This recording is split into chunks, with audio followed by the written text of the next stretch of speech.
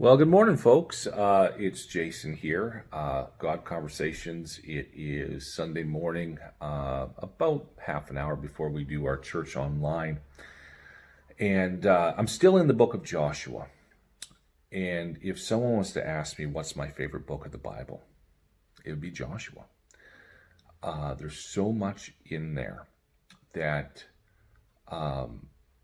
there's a lot in there that has to do with the new life that we have in Christ in an Old Testament setting. Now, I got to talk to you a little bit about the state of Christianity in the West. Share my story a little bit. I started going to church at the age of 17, and the reason for that is, I'll go into that on a different video. We went to church when I was a kid, very religiously, on Christmas and Easter once every 2 or 3 years. We were by no means Christians.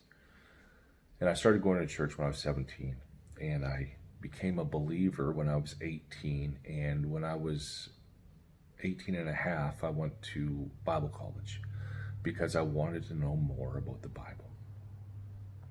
And in that time, I started a youth group. I've never been part of a youth group. Started a youth group with a friend of mine. And we started with one kid by April. One kid in September. By April, we had 14, and almost all of them became believers.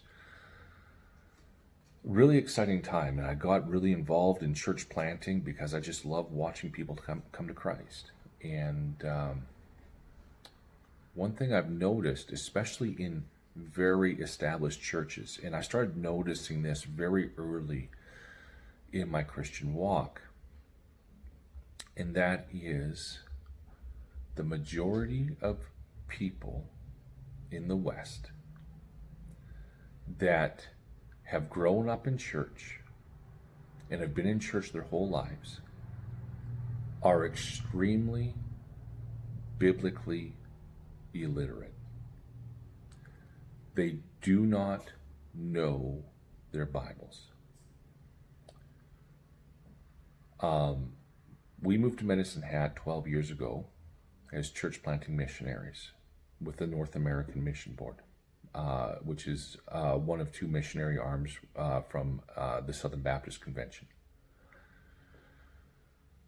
And in our first year here in Medicine Hat, we saw 3 churches. I want to say the word established, but that's not the word I'm looking for. Long running, very old churches closed their doors. 3 of them in our first year.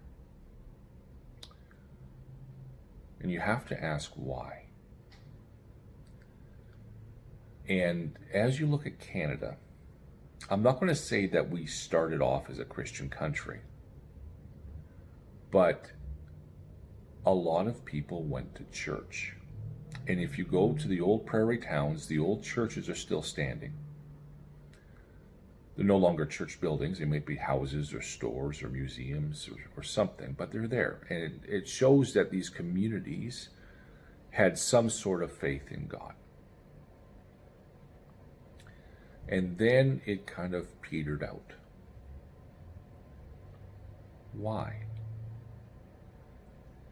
Well, I believe that the book of Joshua has an answer to that. Let me read this. This is Joshua chapter 5. I'm going to start in verse 6. And it says, "For the people of Israel walked 40 years in the wilderness until all the nation, the men of war who came out of Egypt, perished, because they did not obey the voice of the Lord. The Lord swore to them that he would not let them see the land that the Lord had sworn to their fathers to give to us, a land flowing with milk and honey." What's it talking about? Well, this nation, they trusted God to get them out of the slavery of sin, the slavery in Egypt, if you will. And they saw God part the Red Sea, and they walked through on dry ground. But they were too scared to take the promised land. Even though God said, you can take it, I'll be with you. They said, no, God, we don't believe you.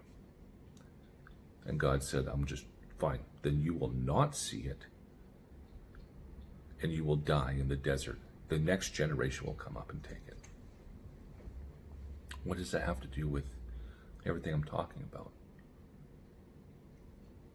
There are so many people that have grown up in church.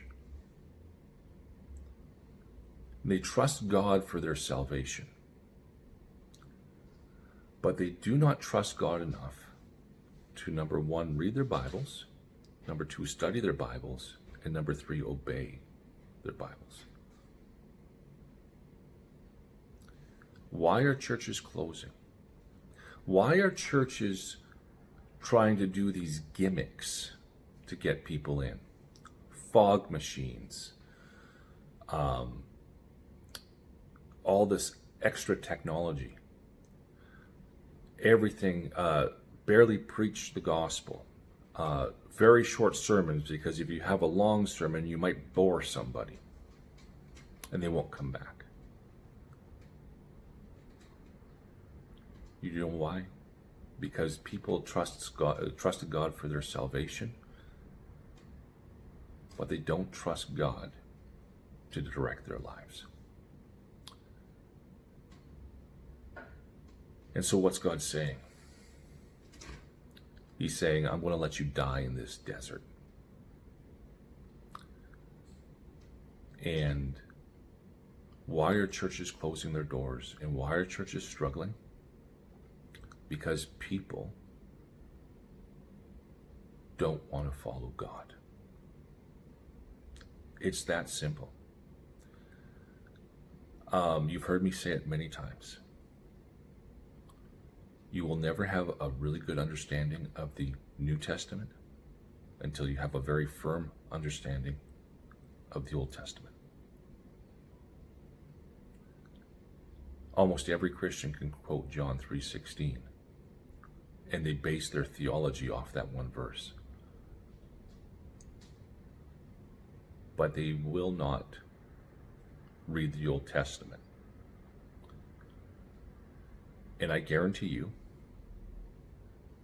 everything you find in the New Testament, you will find in the Old Testament. And people might be saying, well, you will never see Jesus walking on water in the Old Testament, or turning water into wine, or anything like that. Well, one of my sons just came home from a bike ride. No, you won't. But you will find in Deuteronomy that it says, and the Lord will raise up a prophet like Moses.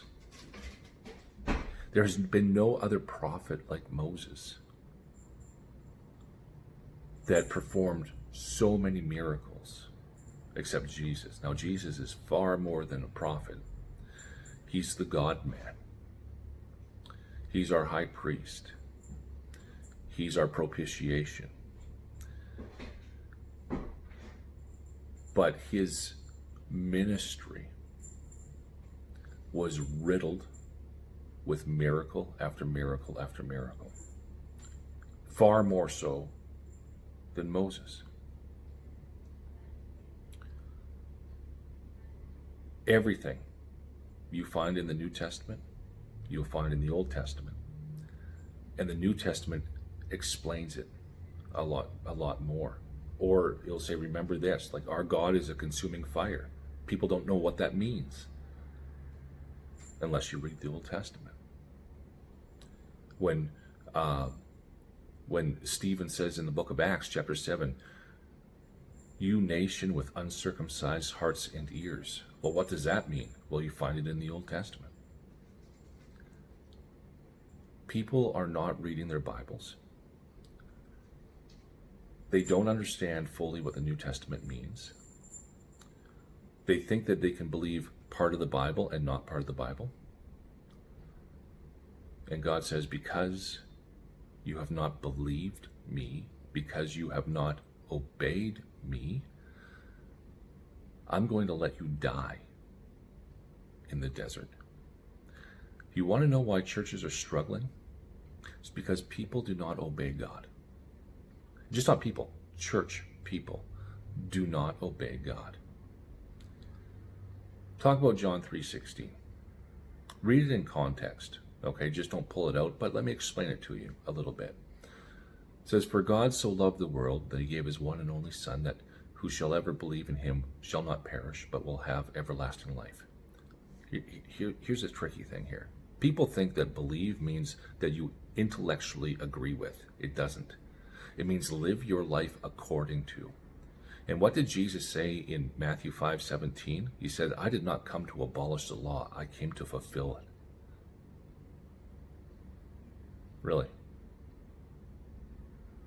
Then maybe we should start looking at what the Old Testament says and how it ties into the New Testament.